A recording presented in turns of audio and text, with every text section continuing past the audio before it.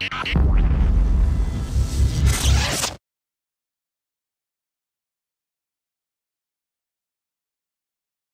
let's talk about the weekly option. If you come into an option chain, you're going to notice that there's certain options that are designated with a W, as in weekly, and they're also going to have a specific date next to them, as opposed to your typical monthly options.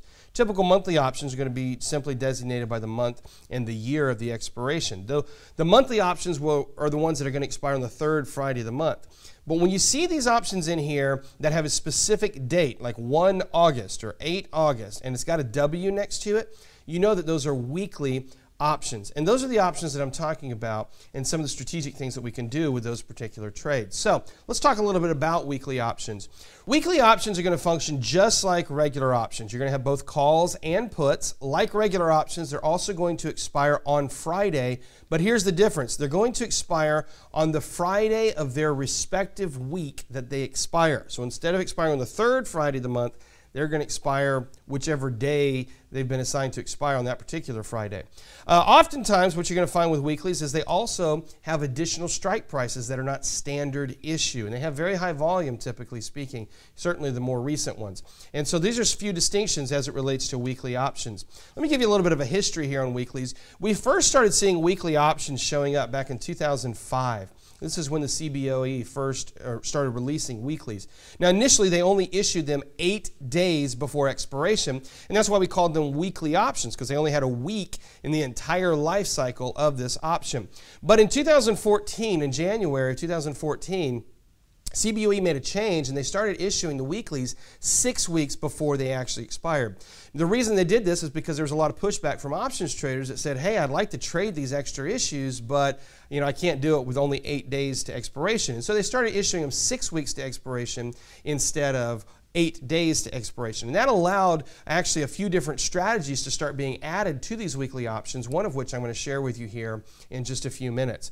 What's really cool about weeklies is they've become very popular. There's a lot of liquidity in the weeklies, especially the ones that expire this week and the next week. That we've seen explosive growth in the daily trading volume, and so they provided a lot of strategic opportunity. They're inexpensive. There's a lot of day trading value to them. There's also a lot of flexibility kind of within the next 5 to 6 weeks of which strike time period you wish to expire, or I should say which option time period you wish to expire. And of course, at the end of the day, it's just more volume for the world of options trading. So very cool and very good addition to the world of options trading. When are they issued? Typically speaking, we're going to see weekly options issued on Thursdays, 6 weeks before their expiration. Now, they're not going to be issued on weeks that would conflict with a regular monthly expiration. That's why I say typically speaking. On most Thursdays, you'll see some additional weekly options getting issued out there. You'll see them showing up on the option chain.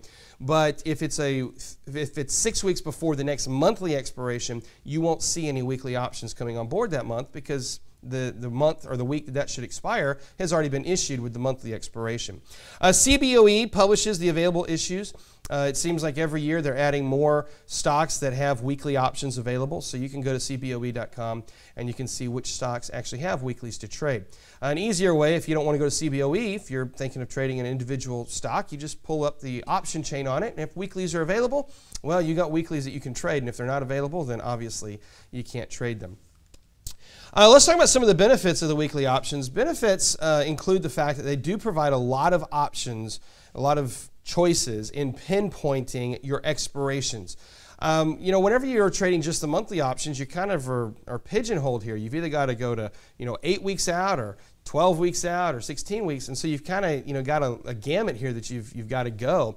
But whenever you have weekly options and they're spread out for 6 weeks, you can kind of really pinpoint in there which option expiration you want to get into. And so that's one of the great benefits of the weekly options. Usually, weeklies are also going to have additional strike prices, and so this is going to give you a lot more flexibility in terms of honing in on a strike price that maybe you want exactly. You're going to also see with a lot of the weekly options, this is where you see some of the 50-cent strike prices, so you can really fine-tune some of those entries. Also, since weeklies don't have a lot of time to expiration, you're going to have lower capital cost involved with a lot of the weeklies. And at the end of the day, they do provide a lot of great money-making opportunities. Now, while there's a lot of benefit to weeklies, there is a death wish wrapped up into the weeklies, and I want to remind you about that. That's the big weakness. The weakness is that there is a short time to expiration. There's not much time in this option. And as we learned in the last class, the time value can decay really, really fast, especially as you're getting into expiration.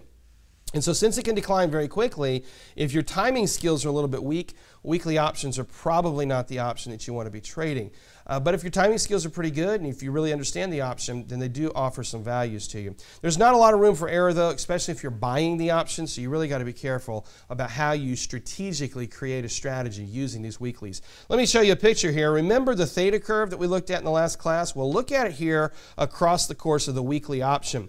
4 days to expiration, we got 10 cents per day that we're losing. 10 days, we got 9 cents per day. So there you are in the last 2 weeks, and you're losing quite a bit. Now you go out to 17 days, you got 6.1 cents per day, and you got 4.7 cents if you go out 24 days. And you go out to 32, you're down to 4, down to 3.6, and out to 45 days, you're down to 3.2. So you see how that theta curve is really kicking in kind of for the whole life of the weekly option. So that's one of the big downsides of the weeklies. The big downside is you've got a death wish right here for really the majority of the weeklies that a lot of people like to trade. And that's why they're dangerous, and that's why you've really got to understand the option if you're going to trade it. Otherwise, these weeklies will just wipe you out. Whenever you hear people talk about trading stock options and losing everything, oftentimes it's because they created a true death wish for themselves. They bought out of the money and they bought weekly options.